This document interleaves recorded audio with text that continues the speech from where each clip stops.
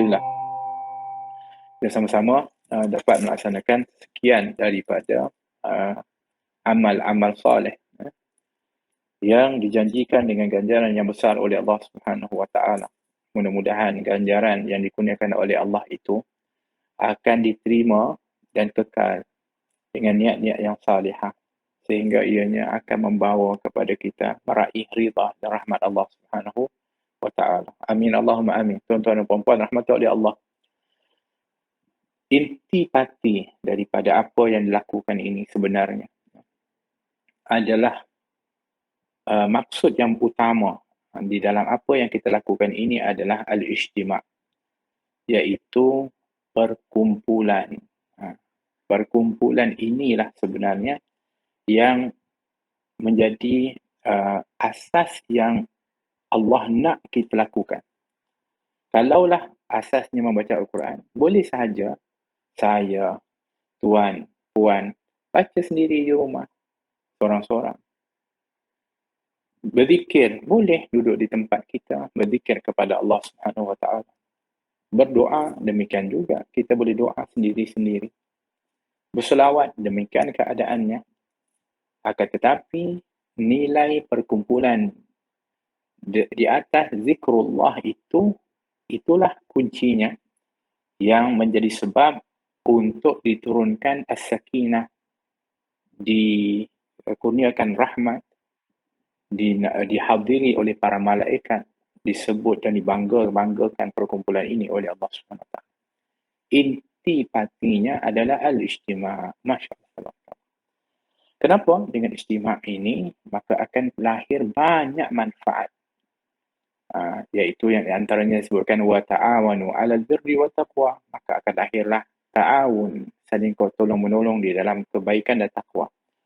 Saya yakin dan percaya perkumpulan kita dalam program ini, anjuran Sayyidah ataupun House of Sayyidah Khadijah, bukan hanya terhenti di sini, bahkan membuka ruang seperti infak, membantu kepada orang yang memerlukan bantuan, membuka kelas-kelas ilmu, diadakan dari pengajian-pengajian.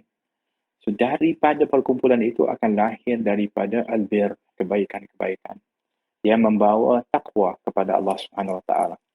Perkumpulan itu juga yang menjadi satu asasnya membawa kepada yang disebutkan dengan al-ukhuwah, iaitu persaudaraan, yang menjadi suatu asas utama tanda orang yang beriman. Orang yang beriman itu hendaklah dianya mempunyai hubungan persaudaraan dengan saudara seimannya. Kata Allah SWT, innamal mu'minuna ikhwatun. Hanya saja orang beriman itu adalah bersaudara. Bagaimana untuk nak mempererat, bagaimana untuk kita nak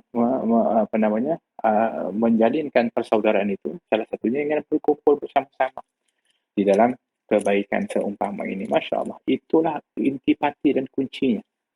Maka beruntunglah ketika mana kita ini sentiasa dikumpulkan di dalam majlis-majlis yang mulia ini. Jadi oleh kerana itu, kalau ada orang kata, apalah buat program ni, kumpul, tak perlu pun sebenarnya sendirilah buat amal dan sebagainya, kerana dia tidak memahami kepada maksud perkumpulan yang sangat dianjurkan. Nabi mengatakan, Mashtama'al qawm yadhkuruna Allah illa nazalat alaihimus sakinah wa ghashiyathumur rahmah wa hafat alaihimul malaikah wa dhakarahumullahu fiman indah. Tidak berkumpul satu kaum, kumpulan itu berzikir kepada Allah, mengingati Allah. Kecuali akan diturunkan sakinah, akan dihujani dengan rahmat, akan dinaungi sayap para malaikat, akan disebut nama-namanya oleh Allah SWT. Masya Allah. Apa kuncinya? Al-ijtima'. Dan kata Rasulullah cerita dalam Sahih Muslim, malaikat itu ada malaikat dipanggil malaikat sayyarin. Malaikat yang mana kerja dia mencari perkumpulan. Dia tak cari seorang-seorang. Dia cari perkumpulan. Masya Allah. Yang berkumpul kerana zikrullah. Yang berkumpul untuk mengingati Allah. Maka apa yang mereka buat apabila jumpa? Mereka akan duduk bersama. Dan mereka akan buat halaqah. Mereka akan bertimpa sampai kesamaan dunia. Itu disebutkan oleh Sahih Muslim. Sampai hadir sampai akhir. Bayangkan kalau malaikat hadir, maksudnya apa? Rahmat Allah yang melimpah ruah. La ilaha illallah. Sehingga setelah itu mereka akan kembali ke hadirat Allah. Seperti kita pun selalu dengar dialog yang berlaku sehingga akhirnya Allah mengatakan isyhadu ya malaikati inni qad ghafartu lahum. Bersaksilah wahai para malaikat, aku telah ampunkan mereka. La ilaha illallah. Hatta orang yang hadir bukan sebab nak hadir pun, kerana mereka dia ada dekat situ pun Allah kata, dia pun aku ampunkan. Humul qaum la yashqa bihim jalisuhum. Ha, tengok ini Nabi sabda. Kalau ada orang kata ini perkumpulan sia-sia, dia telah menyalahi Nabi SAW. Kata Nabi, mereka adalah perkumpulan kaum yang tidak akan celaka orang yang duduk di dalamnya. Tak akan rugi orang yang duduk di dalamnya. Masya Allah. Alhamdulillah. Jadi, insyaAllah kita menjadi orang beruntung kerana kita dapat berkumpul di dalam kebaikan ini. Marilah kita menambah lagi keberkatan dan kebaikan perkumpulan kita ini.